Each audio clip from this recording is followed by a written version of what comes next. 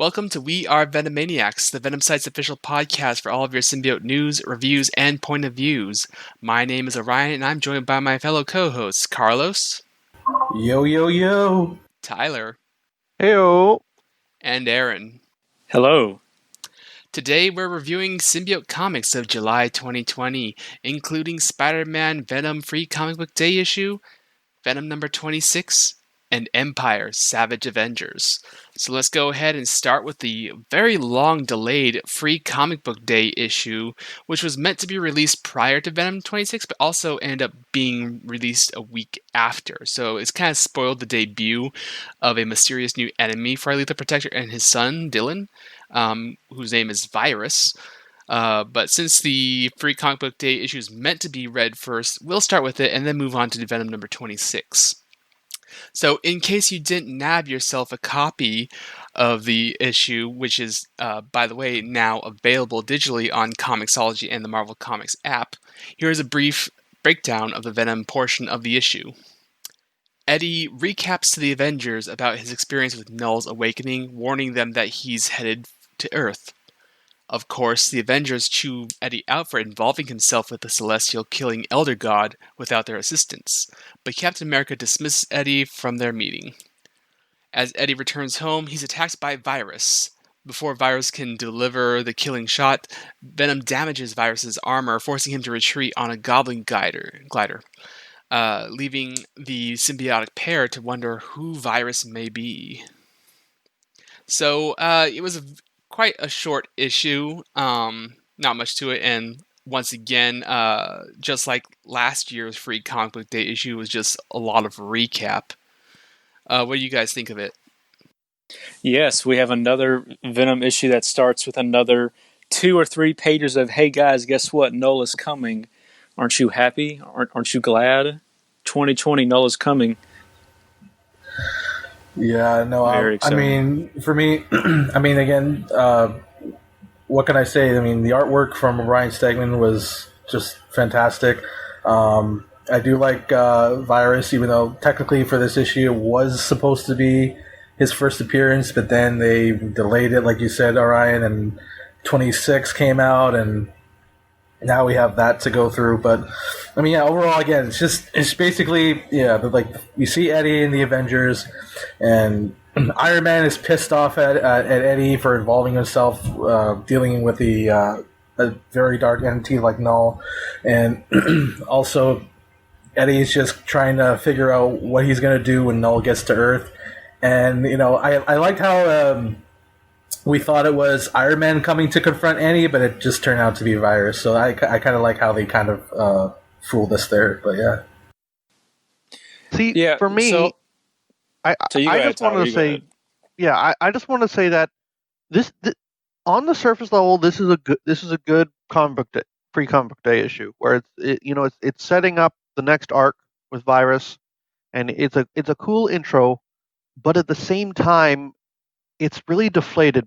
It's not the book's fault. It's because of the delayed release. But because this is supposed to be the first one, but we've already seen him. Like the big twist, I think that because we had seen the preview pages of Virus and like, oh, who is he? Like we wonder. But then the fact that like the big twist is supposed to be that he's using like goblin technology, but we already knew that because we already read him with like throwing pumpkin bombs at Eddie in number 25, 26 or 26. Yeah. So as I was saying, since it is a free comic book issue, I guess I could forgive the whole 3 pages of Null is coming because not a lot of folks are.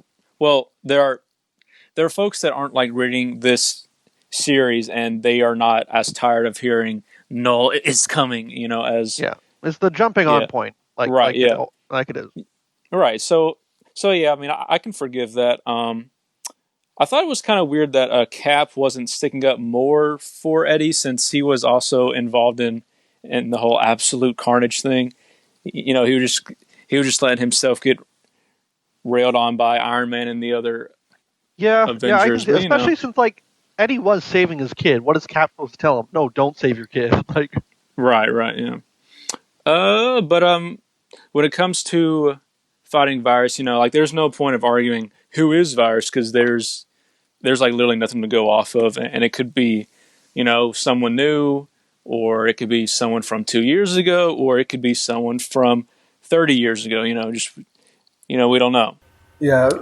Yeah. The thing is too, like, because I remember here on the Discord, I forgot who it was, but then I looked at the Comic Spoilers channel, and I thought for a split second Virus was Jack-O-Lantern, because if that was the case, but it's not now, right? It's totally not Jack. But at first I'm like, are you kidding me again? Like, we literally just saw him not that long ago from War of the Realms, and if he was Virus, that would have been such a huge disappointment for me. But thankfully, that wasn't the case. So yeah.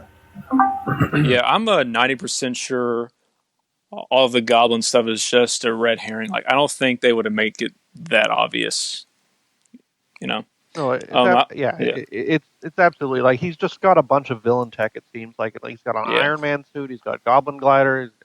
He's got Shocker stuff from was it 27? I think we saw he had Shocker stuff. The preview page showed that he has Shocker tech as well, like vibrational gauntlet. Yeah. So I also thought it was interesting that we get to see the Venom symbiote act as an umbrella, which is pretty cute. Eddie's hand is black. That's because obviously it's chopped off. So, and you're still bothered. You're still bothered by he doesn't have a hand anymore, and that's gonna be an eyesore. I still want him to find that hand. Oh, also, Ryan Stegman also said that he drew him with long hair. So there's a few pages where he has long hair before he had to go back and fix it. So there's some more fun tidbits there. So, but yeah. How do you guys feel about rain? Because I feel like there's a lot of people that I'm seeing that are saying they're sick and tired of Ryan Stegman drawing art that's in the rain. What do you think? It sets the mood. Yeah, that's fine. It's an easy way to hide the background. Right, exactly. I mean, I will say one other thing. It seems to me, like, don't get me wrong, like, the Free Comic Book Day issue is great. I love Virus's design as a whole, but it just seems like I'm continuing to see a pattern with these issues, because it's like every time when Eddie is all by himself and he's trying to think, he always somehow, in some way, in any situation, he just gets attacked or surprise attacked, and then he ends up trying to bond with Venom, but then he gets hurt. He gets another broken rib, and then Venom tries to heal him up, and it's like we've kind of seen that already. Like, does anyone else see that or not really? I mean, at least they're not separated. Like this whole arc, they seem to be together, not separated like all of the other arcs are doing. So that's good. I was going to say something else. I also think this is the first time that Venom's actually bit something in this series. I know that's sort of a weird thing to notice, but I think this is the first time he's bit something, because I know he bit Virus's little coil he has on his suit, but I don't know.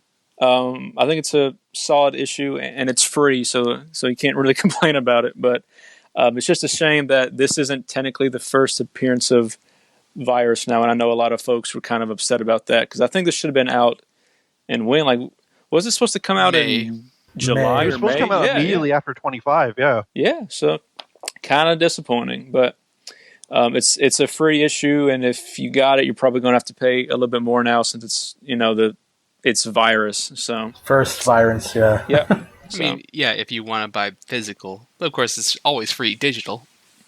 Right, of course. Yep. All right, so I think that's pretty much it we had to say about the Free Comic Book Day issue. So let's move on to Venom number 26. Following the events of Venom Island, Eddie's looking for answers about Dylan's curious connection to symbiotes and Null. But when he returns to the Maker in search of wisdom, he and Dylan discover that the Maker is finally executing his plan of returning to his home dimension with the help of the Ultimate Venom suit, a synthetic symbiote he is bonded to. Suddenly, Virus attacks the Maker's hideout, seeking vengeance upon Venom. One thing leads to another, and Venom and Eddie and Dylan end up stranded on a futuristic world, seemingly ruled by Null. So this was now kind of the official first appearance publication-wise of Virus, And if you ended up reading this issue before reading the Free Comic Book Day issue, you've been like, wait, how did Venom know Virus's name? It's like, oh, what's going on here? But after, because I read the Venom number 26 before reading Free Comic Book Day, but then I went back and read them in the right order, and it's like, oh, that makes it flows a bit better. Yeah, and again, it's like, if the whole pandemic thing didn't happen, it would have set it on the right course with the issues going in order. But it's just the way it is now. So yes, I really like the art. Of course, I always love it when we have Iben on as a drawer. It's just a break from Ryan Stegman stuff. This one they're both fantastic artists, so it's right. Of course. This one starts off pretty fun. You got there was a lot of jokes made about how the thug that they were chasing down sort of looks like Eddie Brock Jr. or some artist Eminem. who sung a Venom Eminem. song. Yeah, exactly. Yeah, so Venom. So there are a few jokes about that. I enjoyed the issue. We got the Maker back, who has the ultimate symbiote, but he's changed it a lot. It has like an AI now. It's smart. It's not really the same as it was in the Ultimate universe. And I'm still fine by me, because I do not like the Ultimate symbiote. Yeah, I personally would still like to know: is it Eddie, or is it just like an older version of the suit that was saved as a sample, So I'm still waiting to hear like what happened to Ultimate Eddie Brock after like the Beetle. Oh, you're never going to hear that. That is a point that has been completely dropped.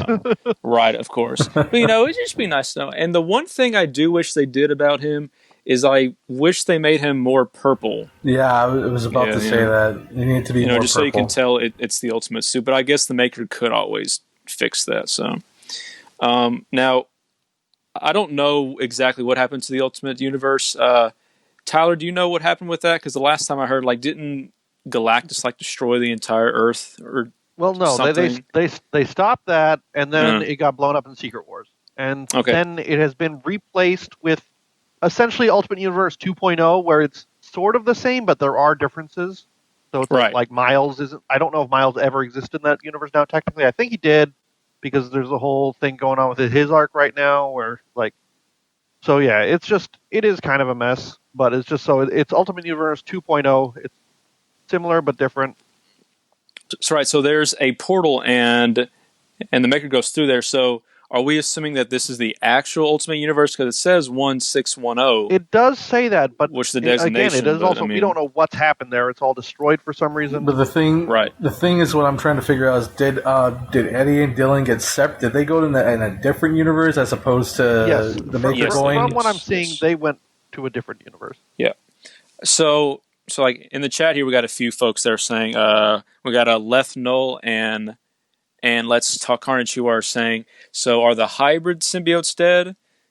So because in Absolute Carnage, the Maker was the new hybrid, and he had the four Life Foundation symbiotes that weren't Scream, and I think Sleeper put napalm on them, and I think Hawkeye lit them up. Was it Hawkeye that lit them up? I think.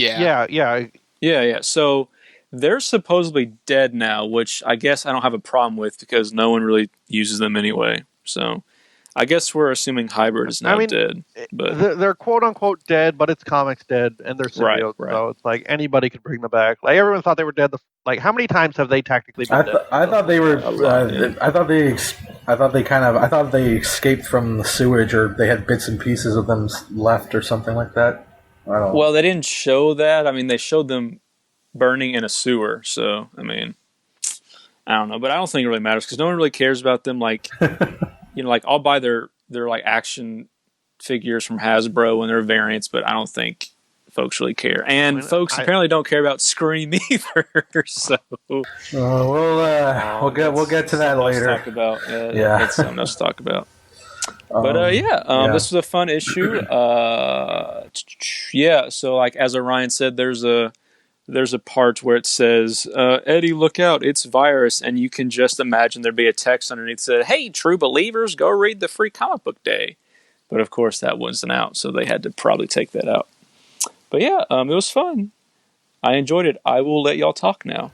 I'm done. For me, like I did like the part where at the beginning of the issue, Eddie and Dylan, they're having a serious discussion. They're trying to figure out about Dylan's symbiotic powers, his codex powers, and I did like how Dylan was kind of scared at something, and Eddie's trying to figure out what it was, and he points out to the heights, like on the top of the building, and then I like how Eddie pretty much was web swinging Dylan around the city, so I thought that was a pretty cute moment in the issue. So no, it was I'll agree with that. It was very cute just to see him sort of get very kawaii. Dad. Yes, yeah, very kawaii. Give us more Dad Eddie stuff. Love that.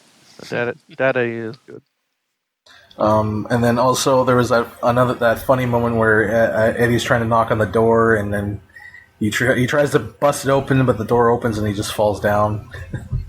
What a goofball! What a goofball! So funny. But yeah, no, I will say one more thing. Like again, even Coelho, like he did a great issue, a great job on this issue, the art wise, and I like how he also drew Virus as well. He looked pretty cool in this issue as well too. Yeah, so I will say the Juan pages weren't as strong. I mean, I know it's hard to compete with Coelho, but there's one specific panel where like Eddie's like coming partially out of the symbiote and like looks really wonky.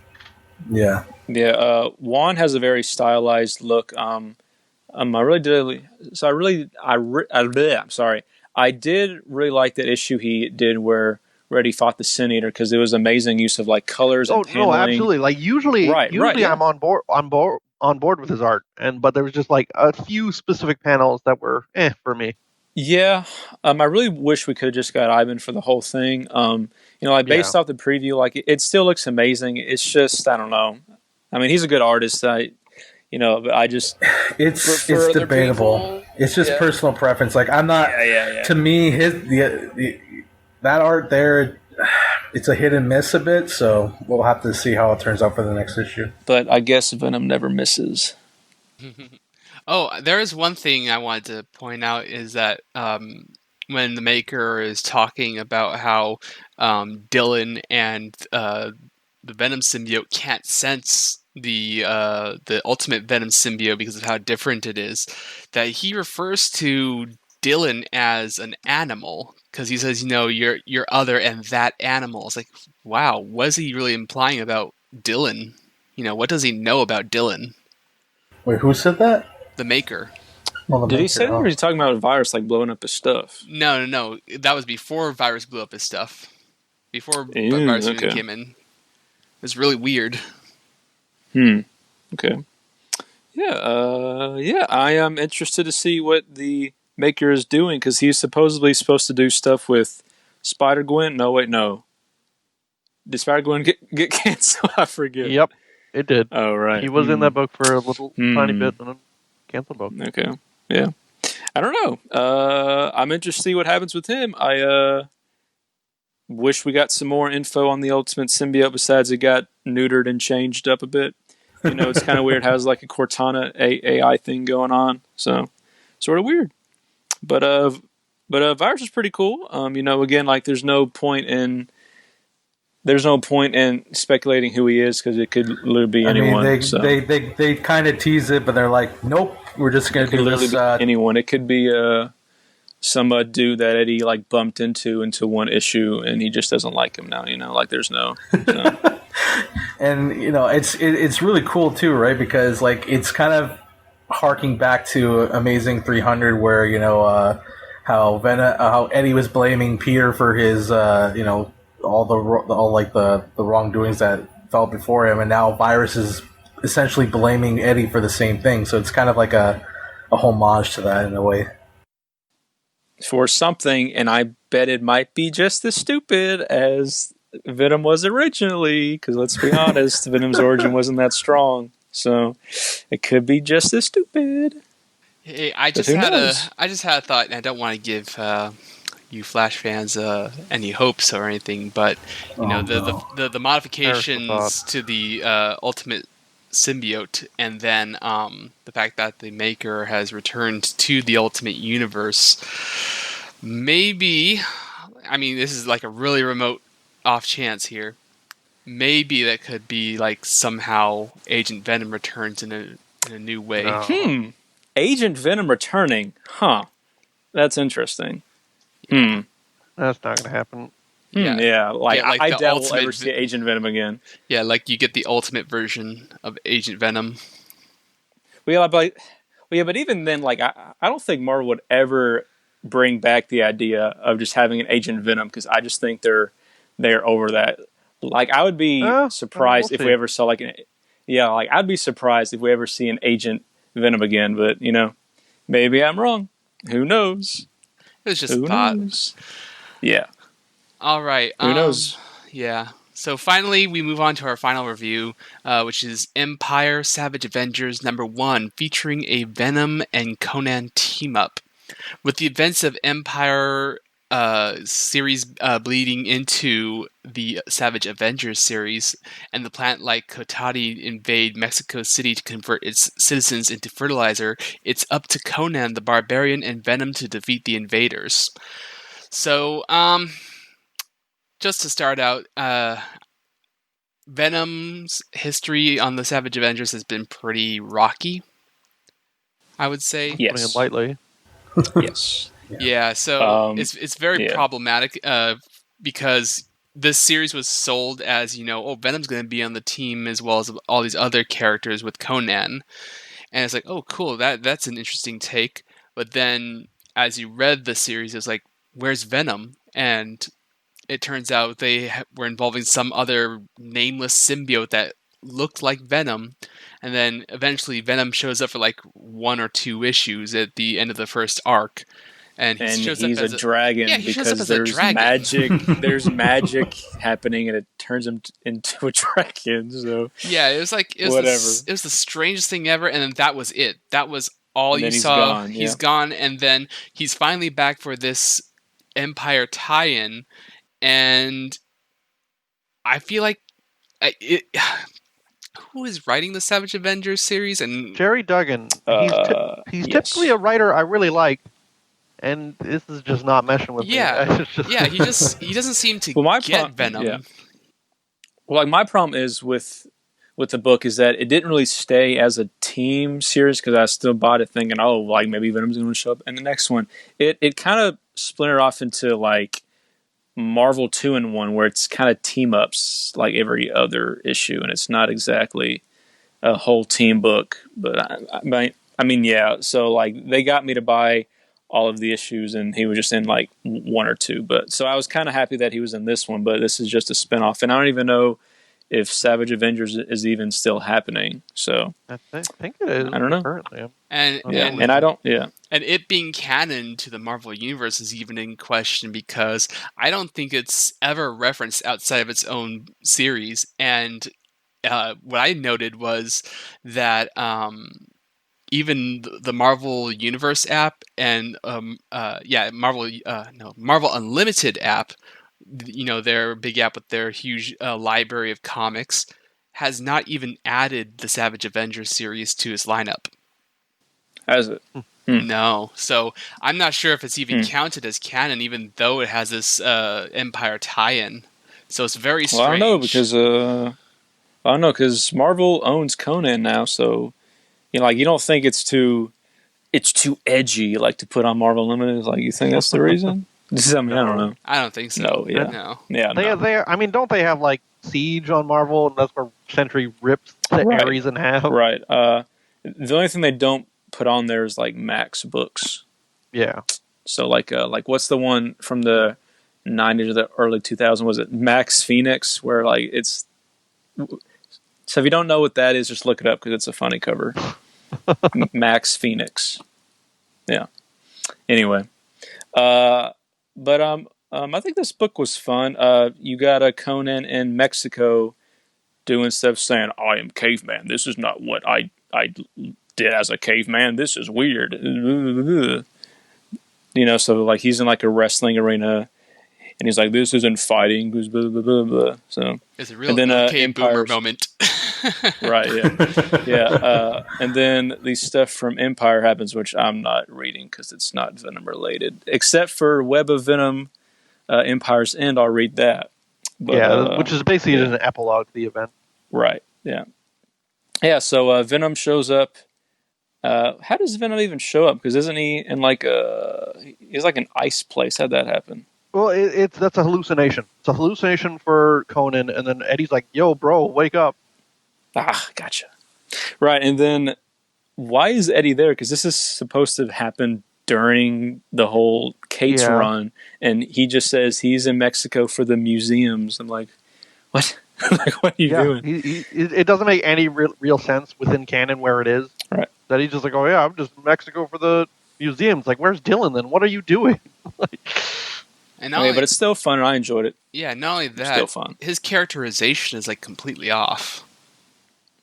Yeah, but it's still fun. Very it's fine, but it's very surfer dude-ish. Right. Yeah. He also we also got confirmation that Eddie is a real gamer boy, right? Oh yeah, because he said, it's dangerous to go alone. Take this or whatever it was, which is the Zelda line. So he's a gamer dude apparently. So that's cool. He's a gamer. Yeah, he's an epic gamer dude. No, I mean, I think my favorite moment was the fact that we finally got in canon Venom honking a truck horn. Yes, that's part of the issue. Yes. Yeah, and then we also had a nice little moment at the end. I think was it Conan and Venom eating ice cream or something? They're eating tacos. Oh, tacos. Yeah. Rather than doing like the Soviet squat, So it's kind of funny. But yeah, it's a fun issue. Venom's not in it that long, but it's worth the price just to see him in Savage Avengers. Just a simple one shot. So yeah, fun stuff. I hope this leads to seeing him more in the actual book, but I doubt it because I think Cates has a short leash on him. So no, please. Oh well.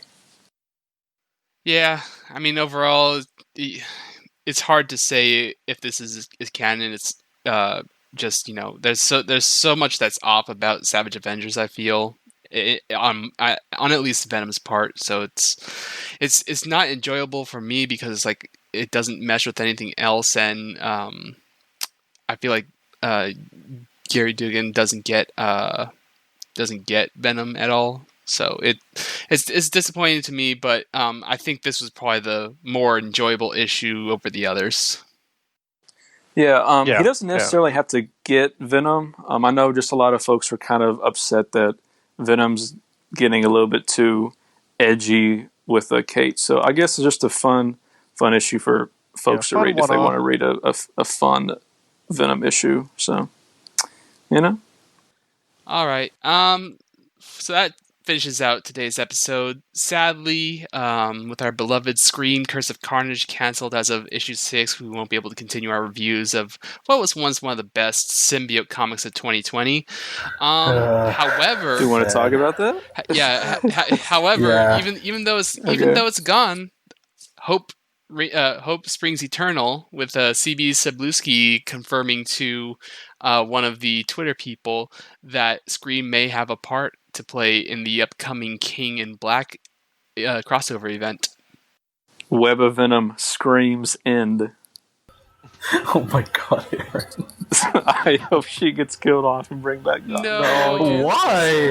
Why? We're gonna kick you off the podcast. Because Andy Bitton is cursed, I'm just saying, if it was Donna as Scream, we easily would have got up to 50 issues.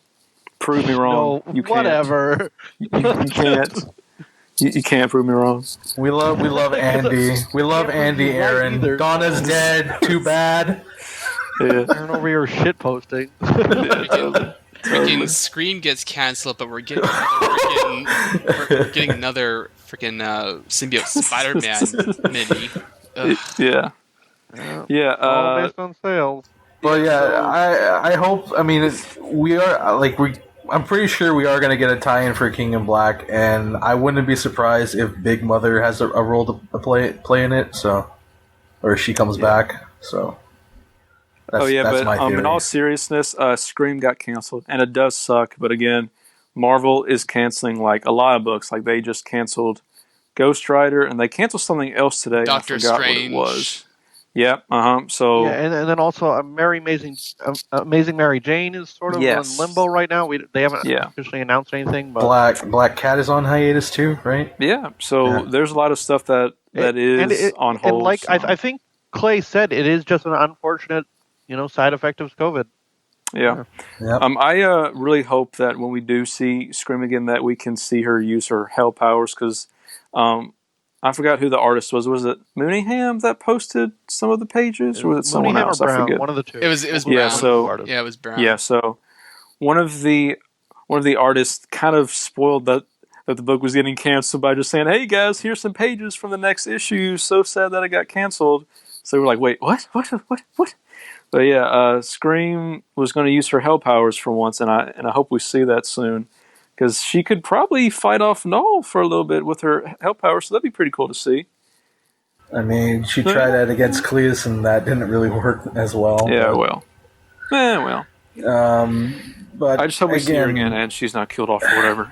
I mean, the thing is too, like going back, Clay did confirm, like if the pandemic didn't hit, I think they allowed him to go up to, what was it, issue 12, I think, or around there. Yeah. Or maybe after the second arc, I believe, probably. Yeah. But again, it does suck, but at least we do have some sort of. Yeah. No, like I was saying, like at least we do have a confirmation that Scream is going to come back for the Null event, so at least there's that. So I'm grateful either way. So. Right. So I was going to say there were Ghost Spider issue 9, I think, was one of those books that said we're just going to go online only. So that book was pushed out, I think, in May, online only, but they're bringing it back to print next week. So like that issue 9 is going to be on shelves next week. So I was kind of hoping maybe they could do the same with Scream, just so like all of the collectors can have that issue, because there's going to be 4 variants with that issue, and I know one of the variants got pushed to Venom 26, but man, I don't know. I mean, it just kind of sucks overall, but I don't think that they've made any announcement of that book coming into print. Yeah, but well, I think Ghost Spider and Scream came out the same week, so if Scream was going to be on the shelves, it was going to be next week, but. Oh well, sucks to suck. Hey, at least next week you can pick up the one and only trade for Scream Curse of Carnage, which will include the previously digital only issue number 6. So continue to show Scream your support if you really love it, and pick up a copy. Maybe pick up 2 copies. Give it to someone so they experience the amazing things that go on in Scream. Yes, and please support the book. Yeah, and then you can disappoint them by saying, "Oh, well, actually, this got canceled." So, and then you can write angry tweets about it online and hashtag it Revive Scream. Revive, since that always works, right? Yeah. But yeah, guys, I love the love that folks are having for this Scream series. Even though I'm kind of pessimistic, I'm pretty sure it's going to fall on deaf ears. But yeah. Y'all keep doing similar. You. Yeah. All right. So, well, that's it for July 2020. But we'll be back next month to review Venom number 27, which I believe is the only symbiote comic coming out next month. Isn't it coming out next Wednesday? Yes. Or this? Nope. Yeah. This Wednesday. Yeah. Yep. It's Sunday, boy. So you know what? Maybe we'll be back next weekend to review it, because it's the only symbiote comic of the month. So might be soon. Maybe and it might be a big issue. Yep. Maybe some first appearances. Maybe first appearance of this Codex person I've been hearing about. Yeah. You people and your freaking spoilers. Ugh. That's not our fault. Marvel and Juan posted the second print variant on his Instagram. I don't know why he did that, but he did. The best move. So, oh well. All right, well, you can listen to We Are Venomaniacs on Podbean, Spotify, Apple Music, and iTunes, Google Play Music, and YouTube. We can also be found on Twitter at WAV_podcast. Check out our Discord server where you can geek out with a community of Venomaniacs like us. As always, thank you to my fellow co-hosts, Carlos, Tyler, and Aaron, for joining me today. Happy to be here. Thanks for listening, guys. And thanks to the Venom site for permitting us to make this podcast under the TVS banner and all of your generous support. And finally, thank you, loyal listeners and fellow Venomaniacs. You guys make an awesome community, and it's an honor to be your voice on the airwaves. Together, we are Venomaniacs. And now a word from one of our partners at The Collective, a network of superhero podcasts.